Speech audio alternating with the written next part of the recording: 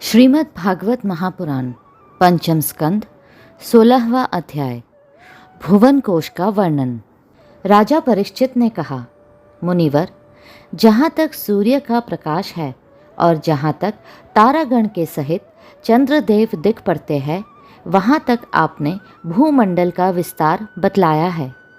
उसमें भी आपने बतलाया कि महाराज प्रियव्रत के रथ के पहियों की 7 लीकों से 7 समुद्र बन गए थे, जिनके कारण इस भूमंडल में 7 द्वीपों का विभाग हुआ।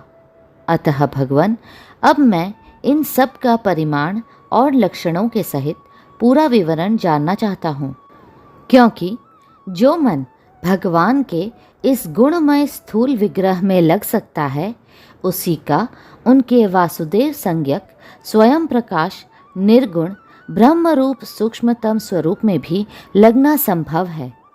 अतः गुरुवर, इस विषय का विशद रूप से वर्णन करने की कृपा कीजिए।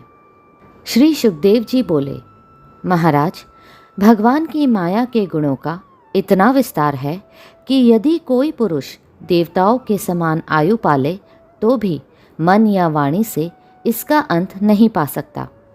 इसीलिए हम नाम, रूप, परिमाण और लक्षणों के द्वारा मुख्य मुख्य बातों को लेकर ही इस भूमंडल की विशेषताओं का वर्णन करेंगे। यह जम्बू द्वीप जिसमें हम रहते हैं, भूमंडल रूप कमल के कोशस्थानीय जो 7 द्वीप है, उनमें सबसे भीतर का कोश है। इसका विस्तार 1 लाख योजन है और यह कमल पत्र के समान गोलाकार है। इसमें 9-9 हजार योजन विस्तार वाले 9 वर्ष है, जो इनकी सीमाओं का विभाग करने वाले 8 पर्वतों से बटे हुए हैं। इनके बीचों बीच इलाव्रत नाम का 10वां वर्ष है, जिसके मध्य में कुल पर्वतों का राजा मेरु पर्वत है। वह मानो भूमंडल रूप कमल की कर्णिका ही है। वह ऊपर से नीचे तक सारा का सारा सुवर्णमय है और 1 लाख योजन ऊंचा है। उसका विस्तार शिखर पर 32,000 और तलेटी में 16,000 योजन है तथा 16,000 योजन ही वह भूमि के भीतर घुसा हुआ है, अर्थात भूमि के बाहर उसकी ऊंचाई 84,000 योजन है। इलाव्रत वर्ष के उत्तर में क्रमशः नील, श्वेत और श्रृंगवान नाम के 3 पर्वत है, जो रम्यक, हिरणमय और कुरु नाम के वर्षों की सीमा बांधते हैं। वे पूर्व से पश्चिम तक खारे पानी के समुद्र तक फैले हुए हैं। उनमें से प्रत्येक की चौड़ाई 2000 योजन है तथा लंबाई में पहले की अपेक्षा पिछला क्रमशः 10 मांश से कुछ अधिक कम है। चौड़ाई और ऊंचाई तो सभी की समान है। इसी प्रकार इलाव्रत के दक्षिण की ओर एक के बाद एक निषद, हेमकूट और हिमालय नाम के 3 पर्वत हैं। नीलादि पर्वतों के समान ये भी पूर्व पश्चिम की ओर फैले हुए हैं और 10-10 हजार योजन ऊंचे हैं। इनसे क्रमशः हरिवर्ष, किमपुरुष और भारतवर्ष की सीमाओं का विभाग होता है। इलाव्रत के पूर्व और पश्चिम की ओर उत्तर में नील पर्वत और दक्षिण में निषद पर्वत तक फैले हुए गंधमादन और माल्यवान नाम के 2 पर्वत हैं। इनकी चौड़ाई 2-2 हजार योजन है और ये भद्राश्व एवं केतुमाल नामक 2 वर्षों की सीमा निश्चित करते हैं। इनके सिवा मंदर, मेरुमंदर, सुपार्श्व और कुमुद, ये 4 10-10 हजार योजन ऊंचे और उतने ही चौड़े पर्वत मेरु पर्वत की आधारभूता थुनियों के समान बने हुए हैं। इन चारों के ऊपर इनकी ध्वजाओं के समान क्रमशः आम, जामुन, कदम्ब और बड़ के 4 पेड़ हैं। इनमें से प्रत्येक 1100 योजन ऊंचा है और इतना ही इनकी शाखाओं का विस्तार है। इनकी मोटाई 100-100 योजन है। भरतश्रेष्ठ, इन पर्वतों पर 4 सरोवर भी हैं, जो क्रमशः दूध, मधु, ईख के रस और मीठे जल से भरे हुए हैं। इनका सेवन करने वाले यक्ष, किन्नर आदि उपदेवों को स्वभाव से ही योग सिद्धियां प्राप्त है। इन पर क्रमशः नंदन, चैत्ररथ, वैभ्राजक और सर्वतोभद्र नाम के 4 दिव्य उपवन भी है। इनमें प्रधान प्रधान देवगण अनेकों सुर सुंदरियों के नायक बनकर साथ साथ विहार करते हैं। उस समय गंधर्व आदि उपदेवगण इनकी महिमा का बखान किया करते हैं। मंदराचल की गोद में जो 1100 योजन ऊंचा देवताओं का आम्र वृक्ष है, उससे गिरि शिखर के समान बड़े बड़े और अमृत के समान स्वादिष्ट फल गिरते हैं। वे जब फटते हैं तब उनसे बड़ा सुगंधित और मीठा लाल लाल रस बहने लगता है। वही अरुणोदा नाम की नदी में परिणत हो जाता है। यह नदी मंदराचल के शिखर से गिरकर अपने जल से ईलाव्रत वर्ष के पूर्वी भाग को सींचती है।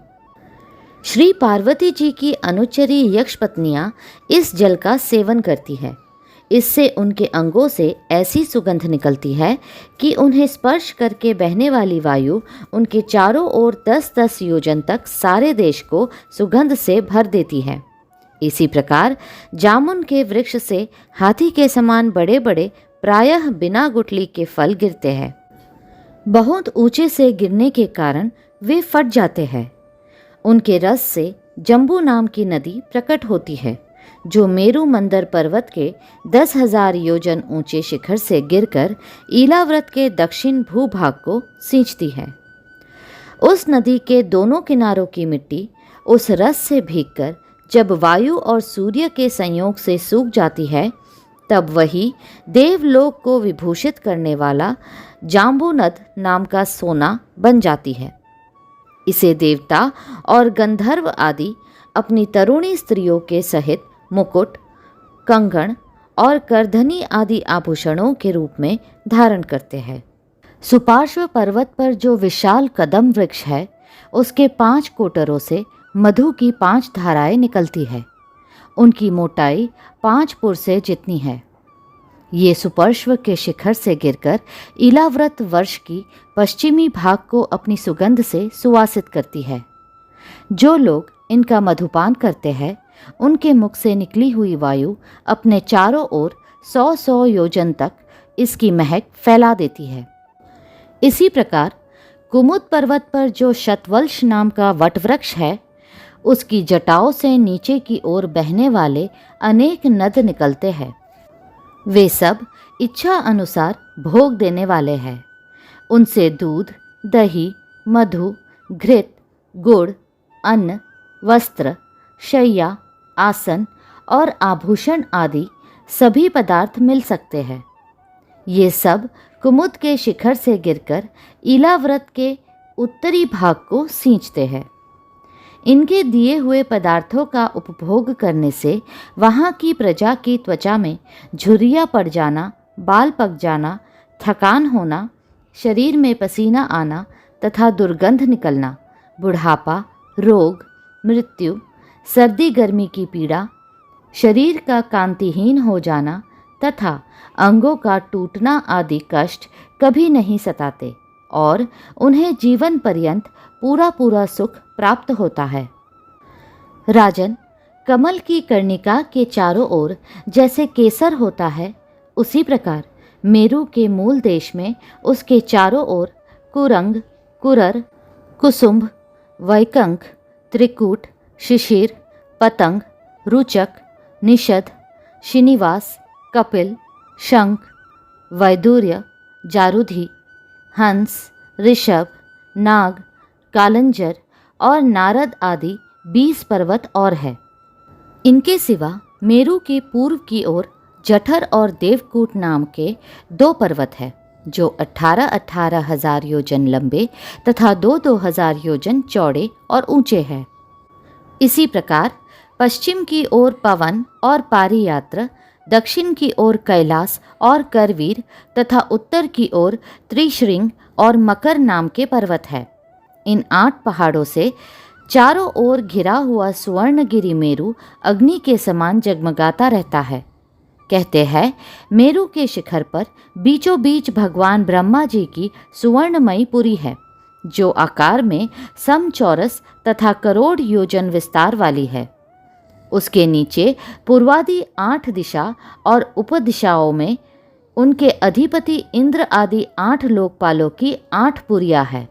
वे अपने अपने स्वामी के अनुरूप उन्हीं उन्हीं दिशाओं में है तथा परिमाण में ब्रह्मा जी की पुरी से चौथाई है। अगला अध्याय शीघ्र ही साझा होगा। कृपया करके लाइक, सब्सक्राइब और शेयर करें। हरे कृष्णा कृष्णा कृष्णा